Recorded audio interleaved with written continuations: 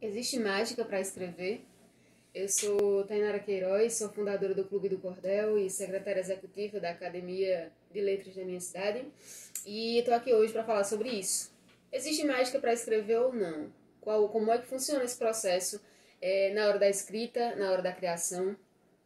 E tem uma historinha que, na verdade, é quase um mito, né, de um homem que foi um dos representantes da pintura do seu tempo, né, o grego Apelles, e sobre ele o Plínio, que era um romano naturalista, conhecido como Plínio o Velho, ele disse: nem um dia sem uma linha.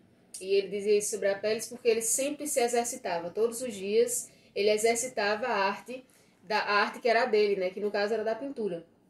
Então, inicialmente, uma das características de qualquer pessoa que queira fazer bem aquilo que faz é que seja um exercício cotidiano, que não seja algo das horas vagas, mas sim algo que se leva a sério e que se tem constância no fazer. Então, essa é uma das mágicas, digamos assim, da literatura também, de qualquer arte, de qualquer engenho que você queira desenvolver, é você manter constância e fazer com seriedade aquilo que você está fazendo. Então, uma outra dica sobre a mágica, né? A questão da literatura, ela, apesar de ser etérea, de ser uma formulação mais do espírito, mas ela é tão artesanato quanto qualquer artesanato, porque ela envolve trabalho, técnica e, no fim, um produto também. Então, você vai precisar trabalhar cotidianamente para melhorar o seu verso, para melhorar a sua narrativa, para melhorar a estrutura da sua escrita. Você vai utilizar uma técnica para isso e ao final, e não só ao final, mas também ao final de cada pequena etapa da sua construção, você vai ter produtos. Se você está escrevendo um soneto, por exemplo, você vai ter o primeiro produto, que vai ser o seu primeiro verso dos 14, né? No caso do soneto, que tem 14 versos. Você vai ter o seu primeiro verso, depois você vai conseguir fazer a sua primeira quadra. O soneto ele é feito de 2 quadras e 2 tercetos. O soneto tradicional, né? Criado pelo Petrarca. E você depois vai ter as suas 2 quadras, depois você vai ter um terceto e no final vai ter o outro terceto. Então, cada uma dessas construções vai ser um dos produtos da sua narrativa literária, da sua forma de contar aquilo que você quer contar naqueles 14 versos, garantindo que o sistema de rimas esteja satisfeito, que a métrica esteja satisfeita, né? Tem um número de sílabas poéticas em cada verso seu. Então, cada uma das formas de narrativa que você pretende utilizar vai ter uma técnica específica que você vai precisar se debruçar, conhecer, praticar e, por fim, internalizar aquela técnica na forma da constância com que você traz e traduz seus sentimentos, seus pensamentos, suas mensagens para dentro daquela estética que você elegeu como a estética que você vai trabalhar dentro da literatura, pelo menos naquele momento. Então, essas duas ideias aí que eu queria trazer para vocês sobre essa coisa da mágica. Tem uma outra questão que se possa trazer ou traduzir como mágica, que é a inspiração, né? De onde vem a inspiração de quem escreve, de quem faz poesia, de quem faz romances, sei lá, que consegue construir uma escrita criativa, né? Que fuja dos padrões mais comuns, que fuja do cotidiano da palavra e eleve a palavra para outros signos, outras representações. No caso da poesia, representação poética. Então, essa inspiração, será que ela vem dos céus? Será que ela vem de alguma coisa que foge do alcance humano? Será que são super-humanos as pessoas que conseguem fazer literatura? E dentro dessa narrativa, eu não sei se existem pessoas que são super-humanos ou super-humanas, acho que não, mas dentro disso tem pessoas que nascem já rodeadas por uma atmosfera de literatura. Eu, por exemplo, sou nascida no sertão do Pajeú, e aqui nossa terra é conhecida como a terra da poesia, né? São 17 cidades onde todas elas respiram cultura, respiram literatura, respiram poesia, entre outras artes também. E a gente, meio que por osmose, acaba trazendo essa necessidade de se dizer poeticamente. A gente ouve no rádio ao tomar café da manhã, a gente conversa com as pessoas, a gente tem contato, né, cotidiano com poetas, poetisas, escritores, escritoras, então acaba gerando uma atmosfera muito propícia para o florescimento de inspirações, de ideias, só pelo fato de que você percebe que é possível. Não é uma coisa que é inacessível ser escritor, ser escritora. Não é inacessível, então isso já quebra a primeira barreira, né? Não é para mim, eu não consigo, não dá certo. Será que eu conseguiria? Essas pessoas estão distantes de mim, estão em outro patamar intelectual ou algo do tipo. Então, para nós, isso já é uma coisa mais suave de aceitar, que não precisa ser diferente daquilo que se é para poder alcançar a literatura, mas sim justamente entender aquilo que se é para poder alcançar a literatura de forma genuína. Então, e a partir de que você quebra essa primeira barreira de que, não sei se eu poderia ser escritor ou escritora, você quebra isso, posso sim ser. Então, aí você passa para o segundo passo, esse é o primeiro, né? Aceitar que você pode ser, que não existe essa distância tão grande entre você e a literatura, você pode ser a partir do momento em que você assume que pode, você já deu o primeiro passo.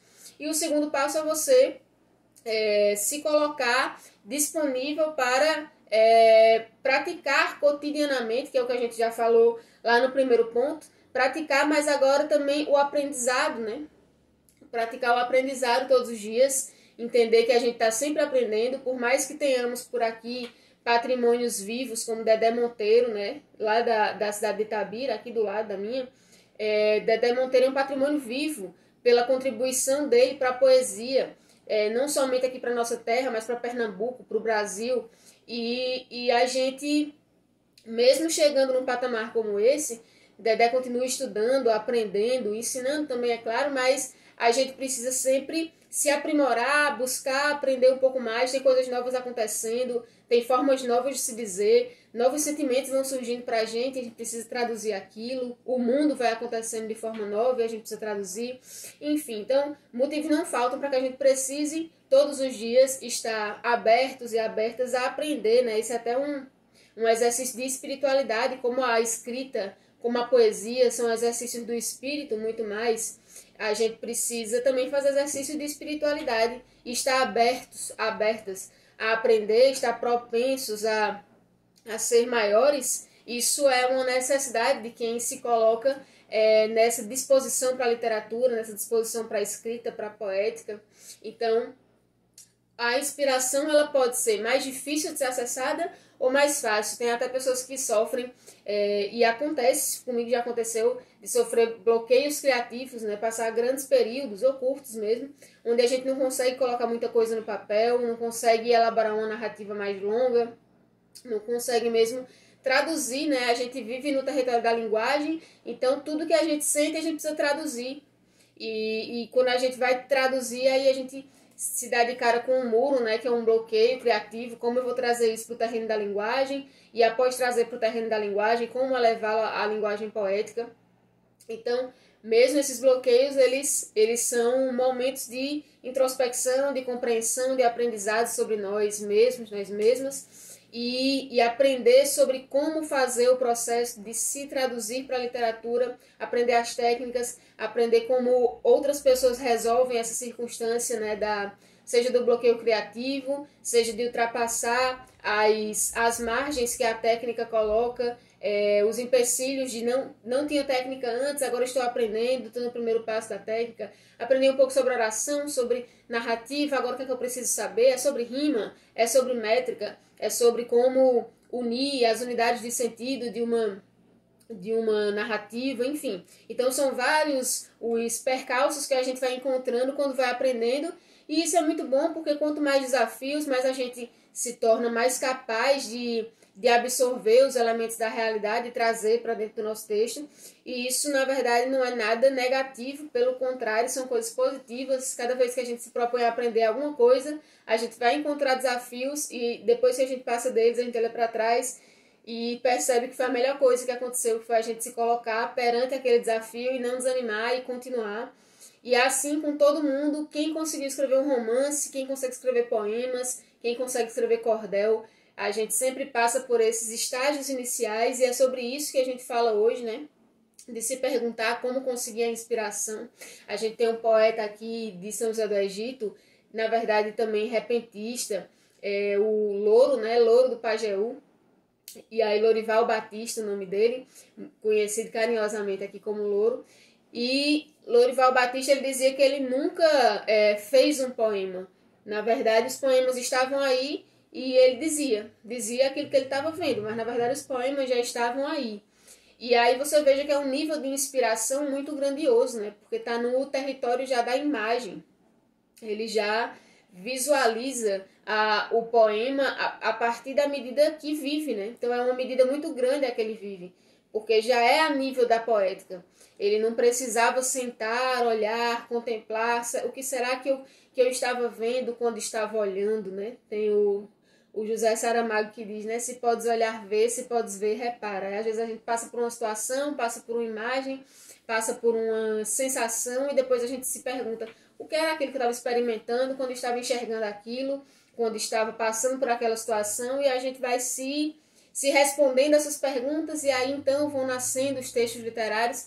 Lorival Batista, ele dizia que ele não precisava fazer isso porque os poemas já estavam aí. Ele não precisava sentar, calcular e tudo para poder acessar. E faz muito sentido porque Lorival, ele era um repentista, como eu falei, e repentistas fazem poesia de improviso, né? E ainda por cima tocam a sua viola, ao mesmo tempo que estão criando ali um poema de improviso, e muitas vezes passam horas e horas tocando, e aquilo é uma coisa assim que muita gente pode achar que é uma inspiração divina, que é uma coisa super-humana, sobre-humana, né?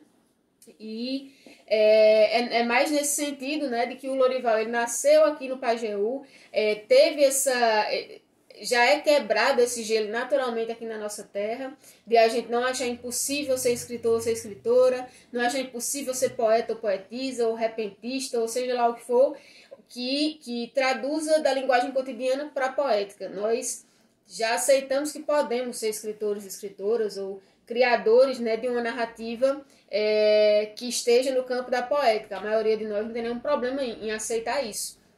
Então, além disso, Lorival passou desse primeiro passo e cumpriu o segundo, que é aprender todos os dias, ouvir cantadores fazendo poesia, ouvir glosadores criando de improviso, lendo, né, os poemas daqueles que já faziam também naquele momento, Rogaciano Leite, aquele pessoal todo por ali, e além dos cânones da dita de literatura clássica, né, que a gente já falou aqui no canal sobre o Manuel Bandeira, né, que tem a oportunidade de ser jurado no Congresso de Cantadores e ele fica abismado com a grandeza da capacidade criativa desses cantadores, dentre os quais estavam os irmãos Batista, né, Louro tem outros dois irmãos, também poetas, também cantadores, que é o Dimas Batista e o Otacílio Batista.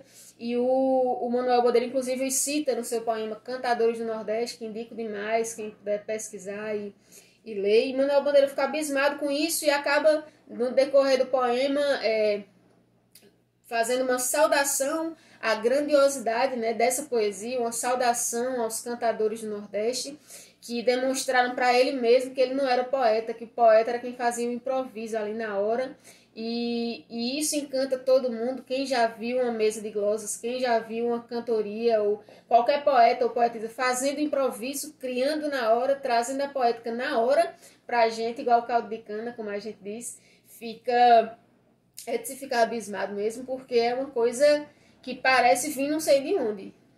Manuel Bandeira diz, né? Caíam rimas do céu, saltavam rimas do chão, tudo muito bem medido no galope do sertão. E a gente diz, como é que você, ao mesmo tempo que você está criando, consegue colocar dentro da rima, consegue colocar a métrica tudo certinho, medido.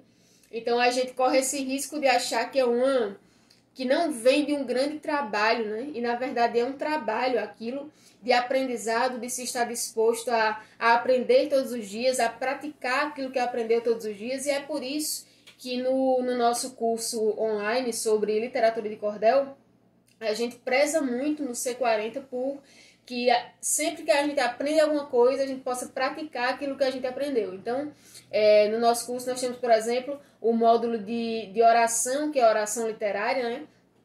Nós vamos aprender a produzir a narrativa, criar as unidades de sentido, unificá-las numa história só. Então, nós vamos aprendendo isso à medida dos conteúdos do módulo, e cada conteúdo desses passa uma reflexão ou uma tarefa prática que a gente pede para que o aluno, a aluna, passem o próximo dia cumprindo essa tarefa, que é justamente no sentido de a gente não passar nenhum dia sem uma linha. Então, se você aprendeu hoje, já tenta hoje fazer um rabisco ali do que você aprendeu, reflete sobre aquilo, assimila, amanhã você faz numa proporção mais bem elaborada, e no próximo dia sim, você volta para a aula, assiste a nova aula, pega a sua nova tarefa, reflete sobre ela, elabora, faz no próximo dia também. Então, é nesse sentido de que a gente não passe um dia sem uma linha, para que a gente chegue à excelência daquilo que a gente está se propondo, no sentido de parecer mágica, né? Parece mágica porque chegou-se ao nível da excelência, mas toda a excelência requer um processo de trabalho, de técnica, até chegar ao produto que é um bom escritor, uma boa escritora, um bom poeta, uma boa poetisa, ou ser bom naquilo que você quiser. No nosso caso, nós pretendemos seguir a jornada junto com vocês no sentido da literatura, e é por aí que a gente faz o convite. Não deixem de participar. No dia 14 agora de setembro, a gente vai ter o nosso webinário ao vivo, falando sobre esse curso de literatura de cordel. Aprenda a fazer um cordel em 40 dias, e a gente pede que vocês, quem se interessar por literatura, quem se interessar por se aprofundar nessa área, não deixem de participar do webinário para se informar, saber mais e garantir a sua vaga nesse curso, que tem vagas limitadas, e vai ser um barato fazer isso junto com vocês. Então é isso, gente, e até a próxima.